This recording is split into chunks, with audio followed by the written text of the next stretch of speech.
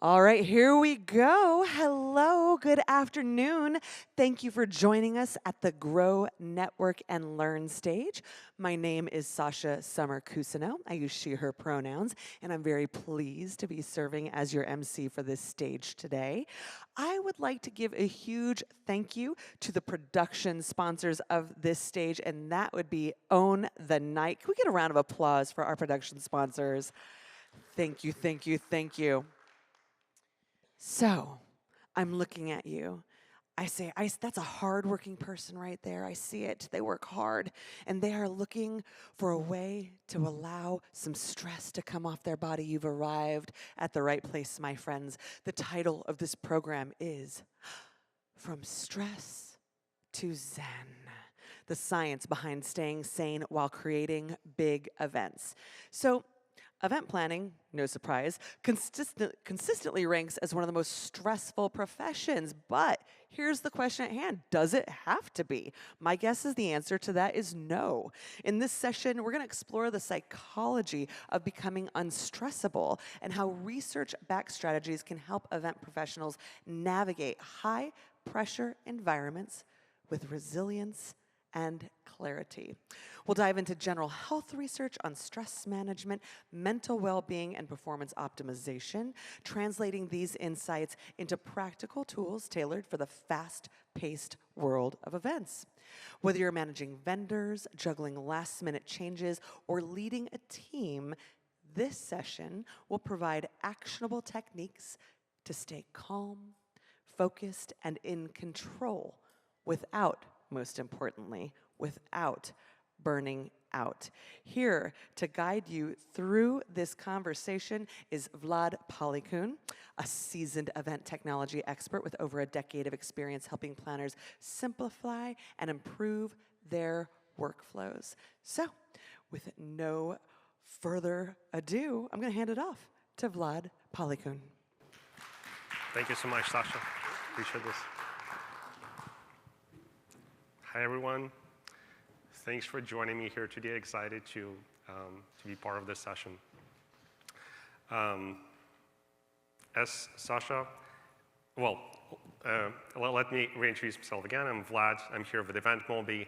In case you're not familiar, we're a friendly neighbor up north, helping our clients with registration solutions, on-site check-in and badge printing, as well as mobile apps that we're using here for the show, lead capture, as well as production of virtual and hybrid events.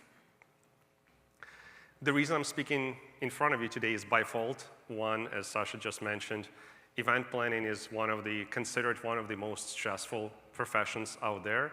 Certainly really rewarding, but it doesn't take away the fact that sometimes we're dealing with a lot of changes, last-minute updates, etc. So that is fact. The other one is more personal. I felt over the years that I think I felt more stressed than I should for the level of circumstances or the challenges I was dealing with, which made me look more into the topic, look into the research, see what I can find for myself to make my life a little less stress-free, and I hope that some of those strategies will resonate with you today as well. If what I shared so far is not enough, we can back this up by some research from Kelly McGonigal, the author of Upside of Stress, who states that there's about 120,000 deaths in the United States only that are directly attributed to stress. If you put this in perspective, this makes it one of the 10 deadliest risks out there. I definitely don't want to be a part of that statistics, and I'm sure so don't you, so let's dive in.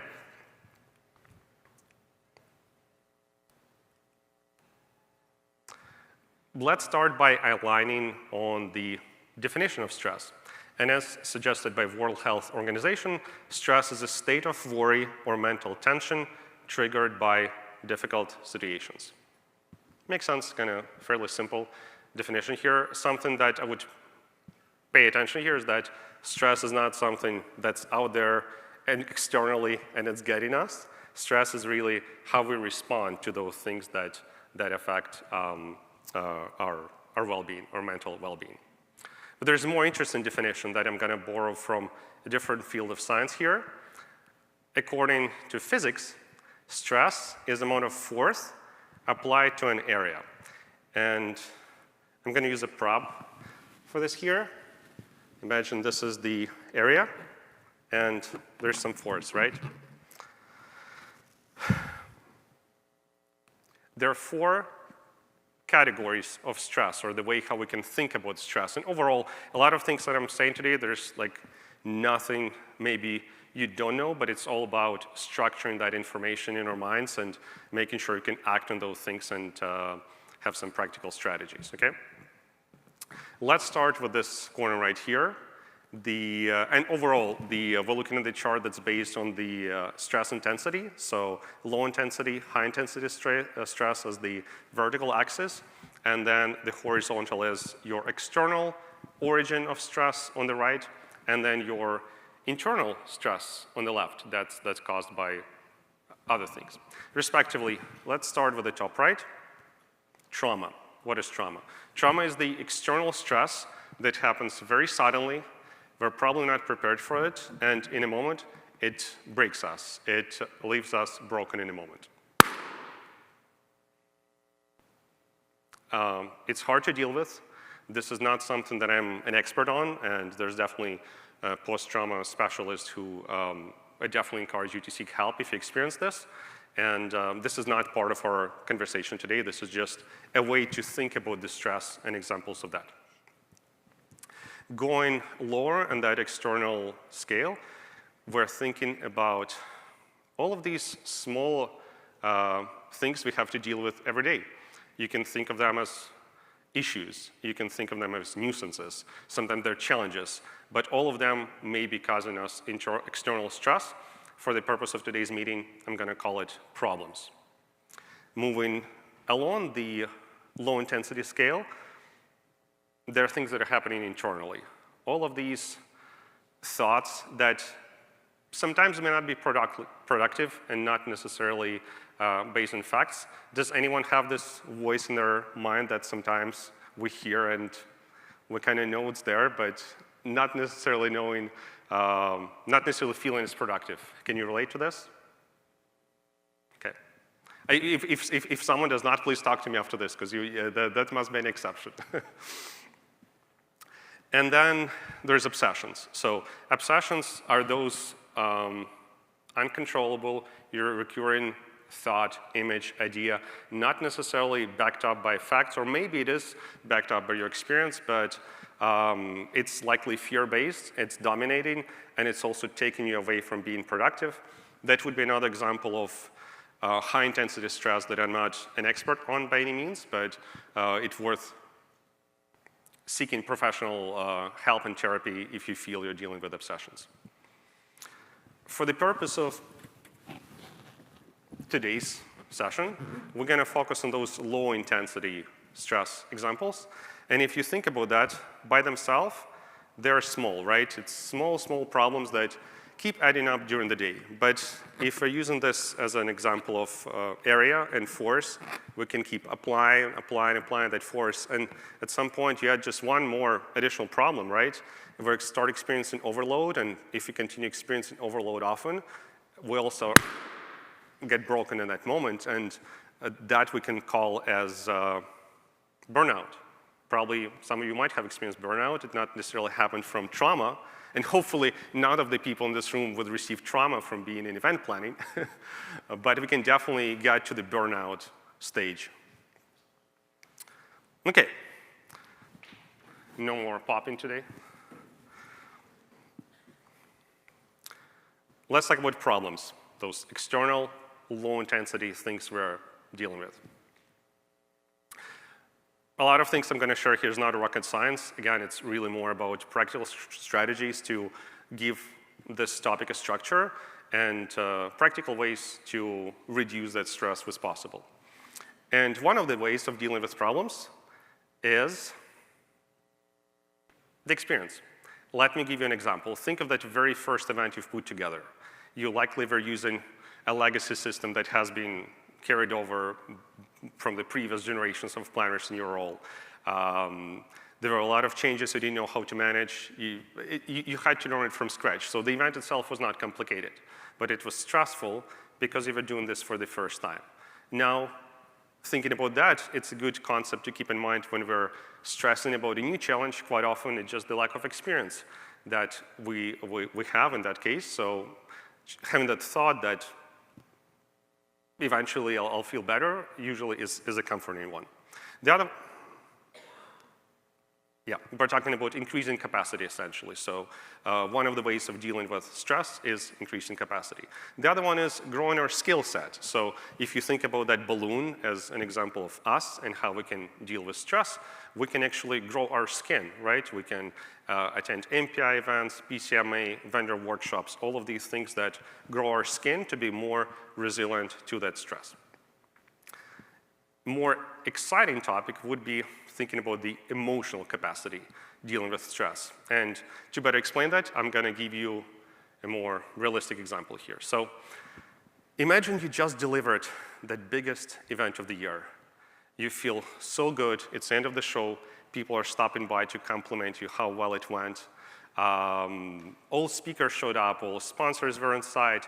You were able to deliver this under the budget. Does this ever happen? Like you're feeling so good in a moment. And then your senior leader stops by to tell you exactly that, but they make sure to mention that moment where one of your top sponsors showed up to pick up their badge, and it wasn't there. You couldn't reprint it. Like it was not a good experience at the moment, and they ended up not having one. Now, it's been 3 hours. You're driving back home. You should be celebrating, because you did it. There's so things that came together. But there's one thing that you're still thinking about. You already know how to solve it. And if you don't, you're going to do the research. You'll find a way. But the thought is still there. There are 2 things that I recommend to do in that moment. First one is actually physical. It's the breathing technique that, well, let's actually practice this. So it's called 4, 6, 7. You would do the inhale on the count of 4. You would hold it for 6. And inhale to the count of 7.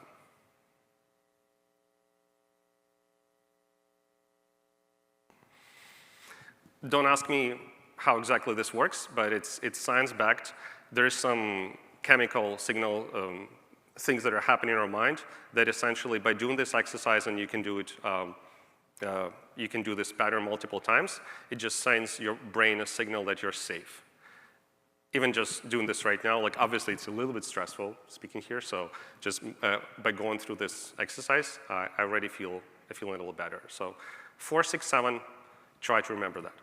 The other one is how many of you are using AI at this point for personal therapy? Okay, so a little bit less than half. Obviously, AI can help us with doing spreadsheets, merging data, all of these things, but there's a great use case that I started using personally maybe 6 months ago, and I found just so invaluable because we have therapists, right? We have coaches, we have mentors, we have friends. There are definitely ways how we can vent emotionally and feel better, but sometimes these things are not available to us in a moment.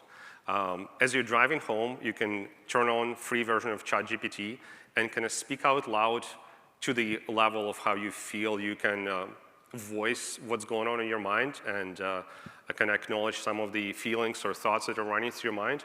And pretty much you're getting access to the world-class coach who would reflect on what you shared and likely suggest some of the things that I just shared, like breathing, or maybe some other things that would be relevant to you exactly at that moment. And I find this invaluable versus kind of being stuck in that emotion for hours and hours. And by the way, off topic, but naturally, each emotion should be experienced for, in I guess, animals and humans for 90 seconds. Whatever goes more than 90 seconds, like we're stuck and we need to help ourselves to get unstuck. 2 more things in terms of increasing capacity. One is another using balloon example. If there's a pressure applied to that surface and it can pop, we can increase the surface, right? We can ask for help. We can use the same amount of pressure to be distributed across 2, 3, 5 balloons, and then we're able to sustain that. The Last one to remind here is the physical part. I've been asking our clients how they deal with big stress that comes with running big events. And the most common theme was doing the morning workout, walking the dog, taking a stroll after work for an hour. All of these physical things that help us to get out of our mind into our body. And sometimes it's useful to remind ourselves of that. The last topic on increasing our capacity here, I'm going to demonstrate what I would call an overload, a consequence of small external stressors that by themselves, they're not that big, but let's see where they lead. So imagine you just had your morning meetings, had 3 back-to-back meetings, you're planning to take the notes and kind of think of the next steps, and then the same moment you're receiving an urgent Slack message from your senior leader that they need help exactly with that task. That same moment, your phone is ringing, vibrating because your partner is saying that your child has been injured in school. It's something minor, but something that you definitely need to respond to and worry about. And then at the same moment, you do that gesture and you realize, okay, I didn't wash my hair this morning. Okay, great. So by themselves, none of these things are big problems. If someone were to ask you in that moment, how do you feel? Maybe you'd say I'm a little bit stressed. One way to reduce that level immediately is to list out all of these things that are going on in your mind. So essentially just write down 5 things that I just described. Then you set priorities. And there's so many ways to set priorities. There's Eisenhower matrix, there are advanced techniques. I know one method that works 100%, I guarantee you already know, and it just works. Because it's simple, just 3 buckets. You categorize these items into a bucket of must, should, and could. You would tackle the must first, which will definitely reduce the overall pressure and load at that moment. You would then start focusing on the shoulds, and definitely during the day, like this is never ending list, so you just kind of separate these things as they come to you in the day in these 3 different buckets, and most of the time you should be spending in the should. And then whatever went in the could, maybe you would get to some of those things. Maybe you won't, but the benefit is that you will not feel bad in the end of the day, because you know you focused on all of your shoulds, and you've done the musts, and who goes home with everything done? No one. External stress. The other way we can deal with external stress is actually reducing some of that. And you may argue with me, okay, well, a lot of these things I don't control. That's true, but some we do. So to give you very, very small examples, how many of you have consciously chose the sound of your alarm clock? Raise your hand. Okay, awesome, most of you. That's great. Those of you who don't, this is how you start your day. This is a little nuisance externally that makes you feel uncomfortable in the morning. Why not to make this stress a little bit less if possible? Your commute, for those who are driving to work, how long does it take on average? Like say, typically it's supposed to be a 30-minute commute, but have you measured for 95% of cases, how long does it actually take? So maybe there are some of those days when it takes 45.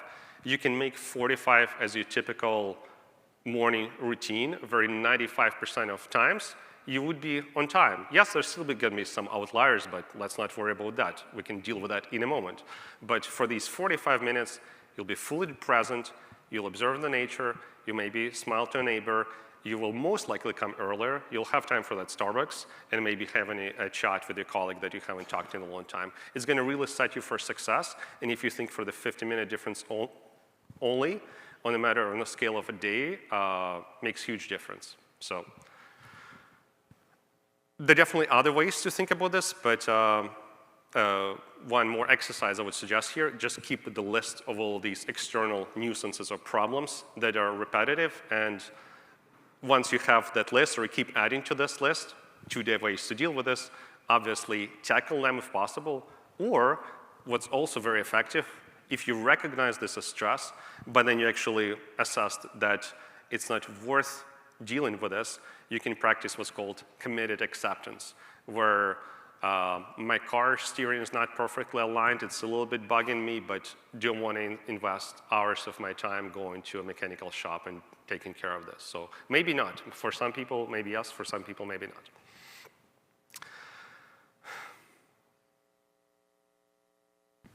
enough about external stress. Let's talk about the noise, because that's a really cool topic I think we could all relate to. What is that noise, right? That little voice that we have in our mind, quite often negatively biased, sometimes uncontrollable, that most of people can relate to. I personally suggest to think of this as not something who we are, because there is so much more to us. It doesn't matter what's happening in our mind, it's actually the actions we take. It's physically how we feel emotionally inside about what's going on in our life. It's the relationship we have, it's our spirit, it's so many things that make us who we are that we should not be identifying with the noise. And I think it's just that concept itself helps a lot. The bigger one and more practical that has been around since 50s can be called different ways. Some people call it brain dump. You can call it free writing, essentially. And it's a perfect way to do this early in the morning. As soon as you woke up, before you do anything else, you open a blank sheet of paper, and I encourage you to do it on paper instead of screen. We have enough screen time in a day as is. You will not be coming back to that list either. It's really just allowing to recognize everything that's going on, reflection on what happened yesterday, maybe some worry about what's coming up, maybe something you almost forgot about, but you're going to write it down at that moment. It is possible you would go back and look on the list and circle back the things that are worth coming back to, but at the same time, it's really about the exercise of acknowledging that the things are going on, and it helps you to feel a bit more free. On a personal level, I can share that I've been doing exercises with a trainer twice a week, and it was first thing in the morning. By the time I do this, I would feel there's so many things going on in my mind about the day that it felt so bad that I'm not really listening, I'm not fully present, I'm kind of wasting money by pretending to be doing exercises but thinking about so many things at the same time. Once I started doing that exercise before I start my day, it definitely doesn't take all of the thoughts in your mind, and it's not like all thoughts are bad, but it takes away a lot of the noise. The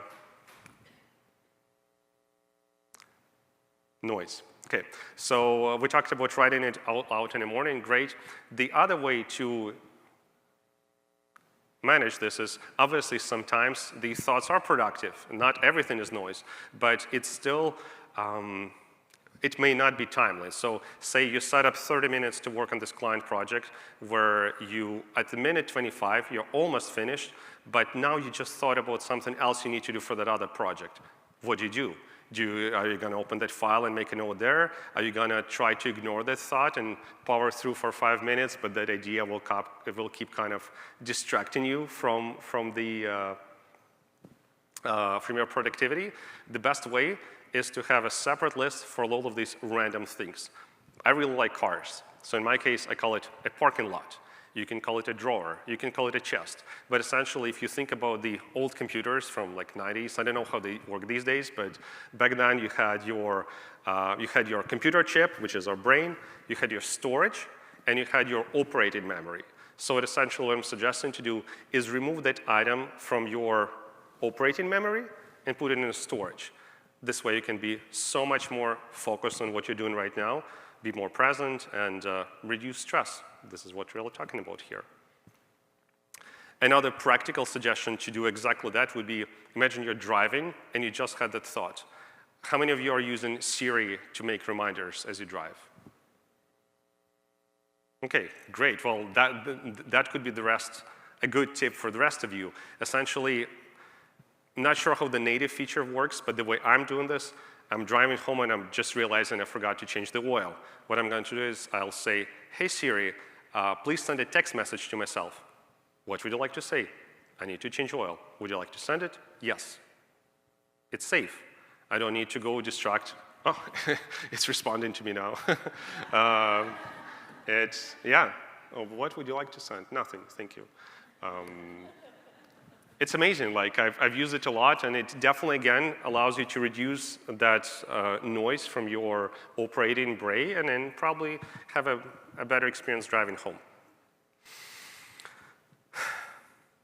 I think that's it on the noise. Yeah. So we talked about 4 types of stress today, really focus on this low-intensity one. If you think about this, obviously trauma is much bigger than what I shared today, and it's not a topic for our conversation, but it doesn't happen really very often. It doesn't happen to everyone at a certain point in life, but probably 99% of life, we don't operate in that stress quadrant. Most of the time, we're dealing with low-intensity external or internal challenges. The good news is we can affect this, unlike trauma.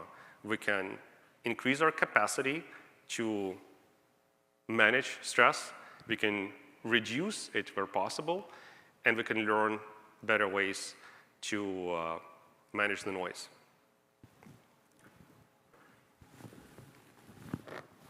One last balloon. We used it as an example of stress today quite a lot, which is fair, but let's think of this as an example of your well-being and mental health, and instead of pressuring it, let's just use it something that you can have fun with. I appreciate and thank you, all of you joining me today. Definitely want to give credit to Mo Gaudat and Alice Law, the authors of the book Unstressable, some of the concepts of which I have borrowed today. And definitely want to be a resource, so if there's anything that I share that resonated with you, or if I can help you in my professional or personal capacity, feel free to reach out. And it sounds like we still have a few minutes here for if you have any Q&A. And yeah, we're right there at the Event Mobi booth as well, so you're also welcome to drop by anytime. Thank you.